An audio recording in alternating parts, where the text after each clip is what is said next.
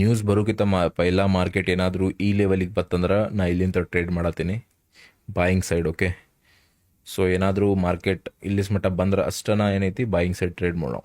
Forecast ಅಂತೂ 2.8 ಐತಿ. Early data ಭಾಳ ಇಂಪಾರ್ಟೆಂಟ್ ಇರ್ತೈತಿ because of structure shift, internal structure shift. ನಾ ಏನು ಮಾಡತ್ತೀನಿ ಇಲ್ಲಿಂದ್ರ ಒಂದು ಬೈ ಸೈಡ್ ಟ್ರೈ ಮಾಡತ್ತೀನಿ. ಓಕೆ, ಭಾಳ ಸ್ಪೀಡಾಗಿ QML ಕಡೆ ಬರೋದು. ಫೈವ್ ಪಿಪ್ಸ್ ರಿಸ್ಕ್ ತೊಗೊಂಡು ನೀವೇನೈತಿ ಟ್ರೇಡ್ ಮಾಡ್ಬೋದು. ಬಟ್ ನ್ಯೂಸ್ ಬರೋದು ಇನ್ನೂ ಲೇಟ್ ಐತಿ. ಸೊ ದ್ಯಾಟ್ಸ್ ವೈ ನಾ ಏನು ಮಾಡತ್ತೀನಿ ಸ್ವಲ್ಪ ವೇಟ್ ಮಾಡತ್ತೀನಿ. ಸೊ ನಾ ಇಲ್ಲಿ ಎಂಟರ್ ಇದ್ದೀನಿ. ಯಾರಾದರೂ ಎಂಟರ್ ಆಗೋರು ಇದ್ರಂದ್ರೆ ಆಗಬಹುದು. ನಾ ಅಷ್ಟೇ ಒಂದು 50 ಪಿಪ್ಸ್ ರಿಸ್ಕ್ ಮಾಡತ್ತೀನಿ.